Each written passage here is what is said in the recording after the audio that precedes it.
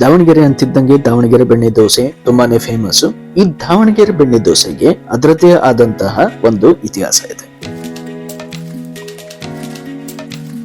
ಸುಮಾರು 1928 ದಾವಣಗೆರೆಗೆ ಚೆನ್ನಮ್ಮ ಅಂತ ಒಬ್ರು ಮಹಿಳೆ ಬರ್ತಾರೆ. ಅವರೇ ಪ್ರಪ್ರಥಮ ಬಾರಿಗೆ ದಾವಣಗೆರೆ ಬೆಣ್ಣೆ ದೋಸೆನ ತಯಾರಿಸೋದು. 1938ರಲ್ಲಿ ಹೋಟೆಲ್ನ ನಡೆಸ್ತಾರೆ. ಅವಾಗ ರಾಗಿ ಹಿಟ್ಟಲ್ಲಿ ದೋಸೆ ಹಾಕ್ತಾ ಇರ್ತಾರೆ.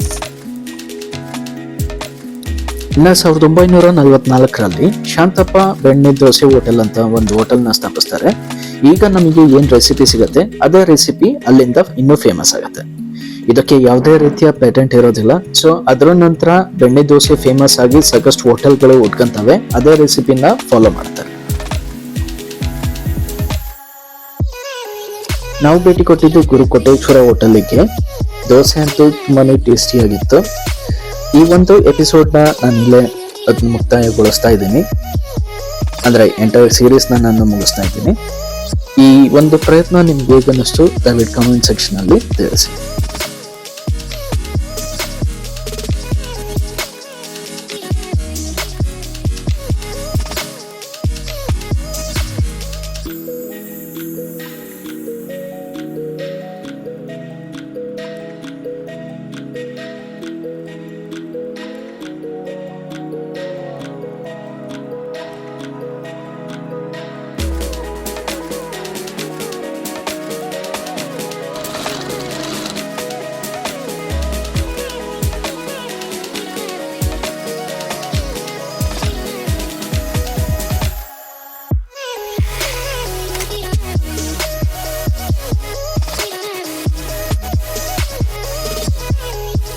ನಾನು ನಿಮ್ಮ ಪಮ್ಮಿ ಯಾರಿಗಿಲ್ಲ ಇನ್ನು ಕಮ್ಮಿ. ಈ ಒಂದು ಸೀರೀಸ್ ನಿಮಗೆ ಹೇಗೆ ಅನ್ನಿಸ್ತು ದಯವಿಟ್ಟು ಕಮೆಂಟ್ ಸೆಕ್ಷನ್ ಅಲ್ಲಿ ತಿಳಿಸಿ. ಹಾಗೆ ಲೈಕ್, ಸಬ್ಸ್ಕ್ರೈಬ್ ಮತ್ತೆ ಶೇರ್ ಮಾಡೋದನ್ನ ಮರಿಬೇಡಿ.